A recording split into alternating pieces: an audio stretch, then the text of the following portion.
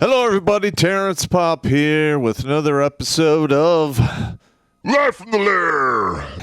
It's actually pre-recorded. And today we're going to be covering a couple correspondence I've gotten from individuals who are currently in the service. They, just asked for my opinion since I'm the old gristled first sergeant who's navigated a lot of the bureaucratic inside the at least the United States Army. That same bureaucracy exists across all the branches.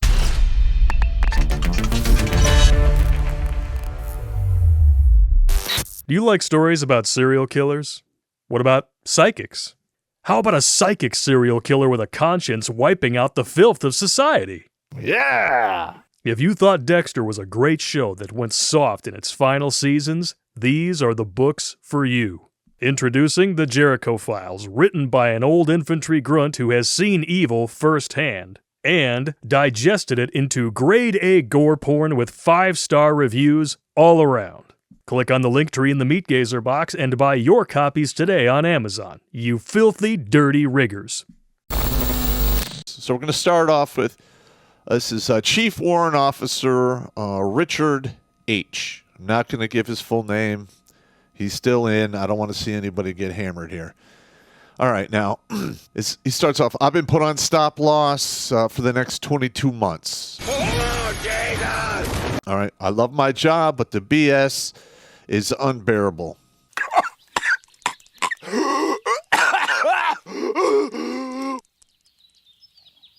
What kind of place is this? This is why I chose to ETS out of the service. But now I have to stay in for another 2 years. How can I fight this? I am beyond pissed. All right, Chief. Well, you're kind of in a conundrum because when you enlist, there's some fine print that basically states in the needs of the service. You didn't really go into a lot of detail here if you're in your first enlistment or your second enlistment and what have you. If you're beyond your first enlistment, meaning you've already served out, the 2, 4, or 6 years, or even 8 years for your first enlistment, it gets really difficult to keep the stop loss beyond that. But if you're in your first enlistment, they can keep your ass up to 8 years. So if you did a 4-year enlistment and then 4 years in the IRR, and you ETS, they could call you back for up to 4 years. Now, in your case, I know that I assume you're in the Army, Army Air Corps, flying helicopters. They are critically short on, pilots. They have been for a very long time. It sounds to me like they automatically stop-lossed you and didn't allow you to ETS, and they could quite possibly keep you there until you run that whole 8 years, and then, getting stop-loss beyond that is very difficult. Now, I am not sure, what the current policies are in the U.S. military. As a betting man, they've been radically changed since I retired in 2018. So, I saw the writing on the wall in 2018 of this woke horse shit was coming when we started getting a bunch of EO complaints and the suicide stand downs and, resiliency training, it's just stupid. Now, how I would fight this, I would immediately talk to all of the other pilots in your battalion, get them to file IG complaints in regards to what's going on with you being stop-lossed. We are not technically at war for now. So you might have a case there.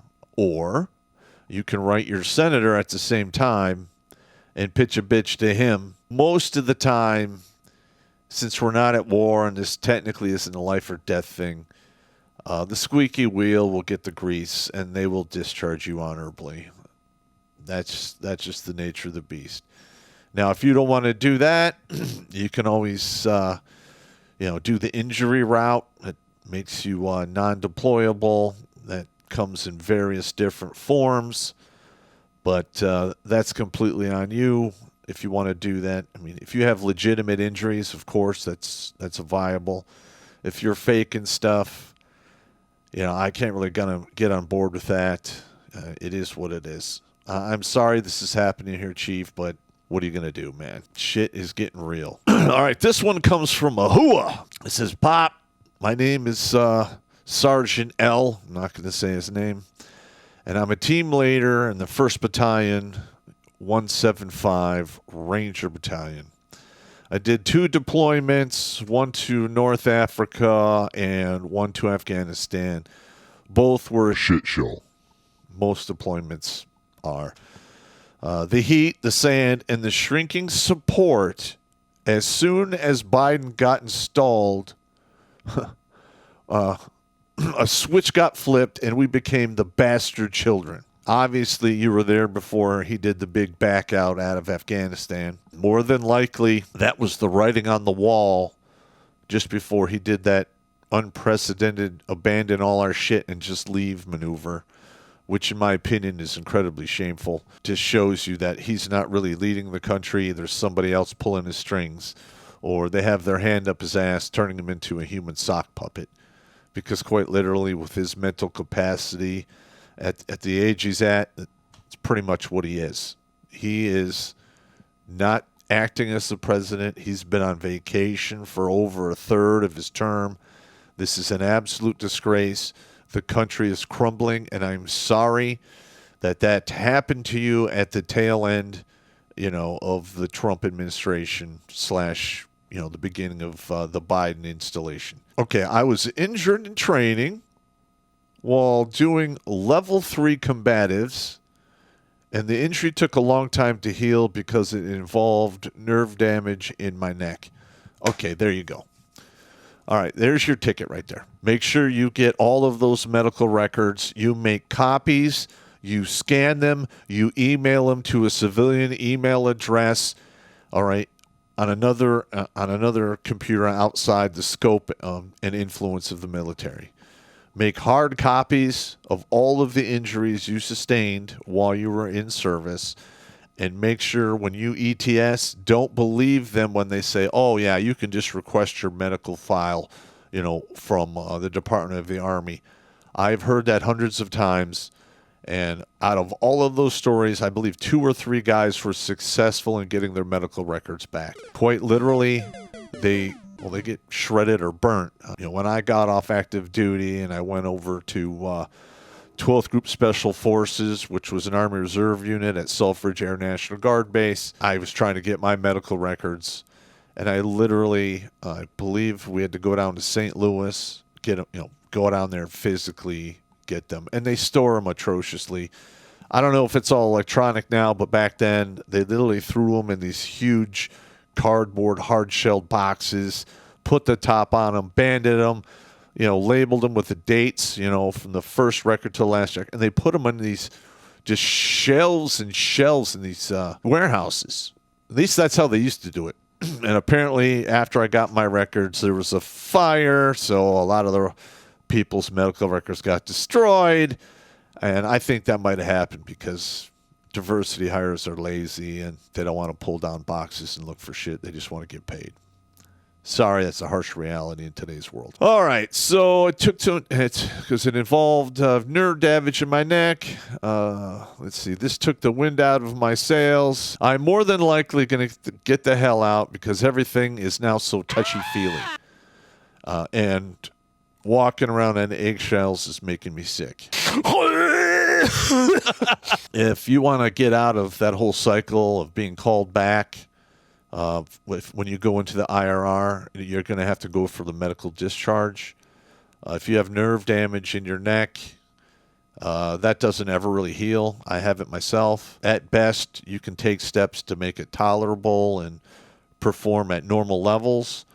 But I was in the regiment from 88 to 91, and staying there at the tip of the spear required a hell of a lot of physical and mental exertion. In fact, most people only survive in the regiment 18 months. That was back in 88 to 90.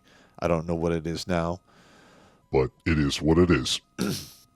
And one of the main reasons I left the regiment is there were a lot of NCOs that had been in there 6, 7, 8 years or more. and they were out of their goddamn minds. They had been institutionalized to that way of life, and it looked extremely unhealthy, and they were not happy people. All right, now my suggestion for you is to do the medical discharge. If you get the medical discharge, it's very hard for you to get sucked back into the service. Use your GI Bill and go pursue other things. I cannot in good conscience tell anyone to re-enlist or enlist in the military at this time. Now, if you have 12 years in already and you're under the old retirement system, I would highly advise you to, put your head down and gut it out until you get to 20 years in one day and then drop your packet. If you're in E5, you're more than likely in your first enlistment, which means you're in your first 8 years. Do the medical retirement, get the hell out, and get on with your life. All right? Listen, you stood your watch on the wall. You did deployments. You were the tip of the spear. Listen, that is an accomplishment that you can hang your hat on for the rest of your life. Move forward with no shame and go do great things. Because guess what? If they don't appreciate you where you're at, find somewhere or build something where you can get that respect and appreciation. Okay, now this is just my opinion, but I chewed a lot of the same dirt you did, and I understand how you feel. There you go. All right, this one's Popp. And this guy's name is Dan. I'm not going to use his last name. I'm 28, been in the Army for 8 years, and I'm an E5. All right, now, typically, if you don't make E5 by 6 years, there's something going on. Especially with the military is so short on people. You figured they would promote people a lot faster. In fact, they are, but they're diversity hires. Just shoot me. And we'll get to that right now. I'm an E5, and I am up for promotion. I have been passed up 2 times in the past 3 years, and yes, the positions were filled with diversity hires. I got stuck covering their positions and mine. I am very discouraged at what is happening to the military in general. I don't know if I want to re-enlist. Should I call it a day? All right, now you're 8 years in. You've been passed up twice.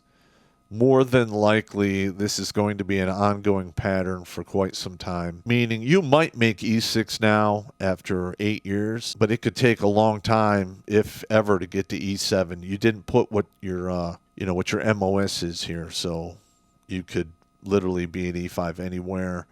And there are some portions of the branch, in the Army, I'm assuming that's where you are, that promote very slowly. Now, if you go in the infantry, you get promoted pretty quickly, especially in times of war. But if you're like an NBC NCO or a supply NCO, those guys get promoted very, very slowly, if at all, beyond E6. All right, now you have to ask yourself this question. Is doing another 12 years in this ungodly administration and all this woke that's going on worth making it to 20 and retiring as an E6 where you don't get cost of living adjustments on your pension?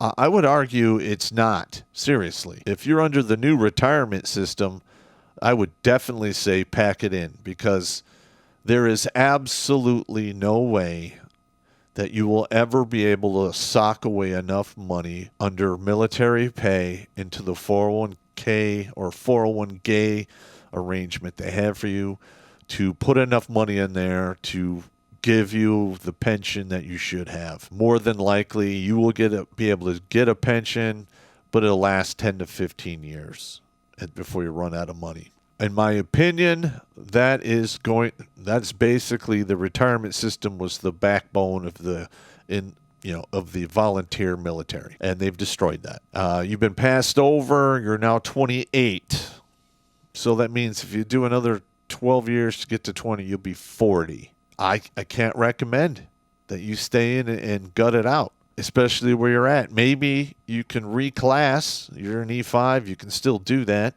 into something else that has, a faster track and more upward mobility. You could drop a packet to go fly helicopters. I mean, I just read a a guy who's got stop-loss who flies helicopters. Obviously, they're hurting for people. Maybe you can get in there. Become a warrant officer if you make it through flight school. Hang around for 6 to 8 years and retire a CW3. Or 12 years, you could probably make it to CW4, which is a healthy pension.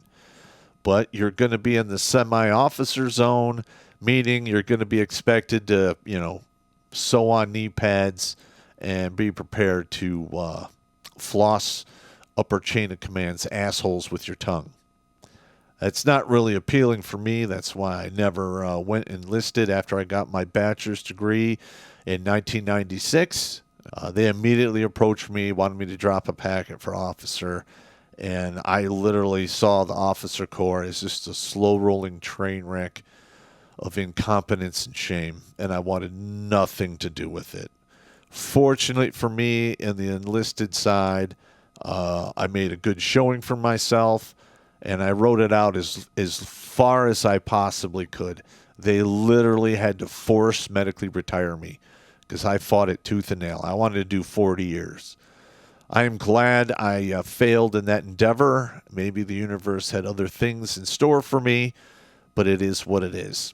Now, at 28, you can still salvage and find a very good career outside the military, and maybe you can avoid a lot of this craziness. Now, I get lots of comments and emails from service members over the past, 6-7 years about how they've been passed up for promotion, and the people they were promoting were incompetent and didn't have the ability to do their job. Listen, I got it. I myself had to deal with this when I was moved up to civil affairs. Basically, I was the first sergeant for 3 companies, acting commander for 1 company, not at all at the same time, but the 3 times as the acting first sergeant for 3 companies, that's true. And then there was a 5-week period in between commanders. They made me acting commander for an inspection purposes and what have you, which is no problem. I mean, by that time I had been in the game long enough. I could literally do it in my sleep. It wasn't a big deal. But, it is what it is. What I'm trying to tell you here is if they don't appreciate you, fuck them. Go somewhere where you're appreciated, or build your own place in this chaotic world and earn your respect. You're not getting where you're at. Listen, this is a classic thing that has been going on for a very long time in the military. I've watched countless individuals fuck up and move up, and it's absolutely shameful. And I would say it's comedy gold. It's so stupid, but it is what it is. All right, gentlemen, I hope reading these emails and letters and comments are helping you guys out. I understand there's a lot of bullshit going on in the active duty world right now. You're going to have to keep your head down and get the hell out and don't look back. All right? They don't deserve to have you, especially when they treat our volunteer service like a bunch of goddamn guinea pigs. Fuck them.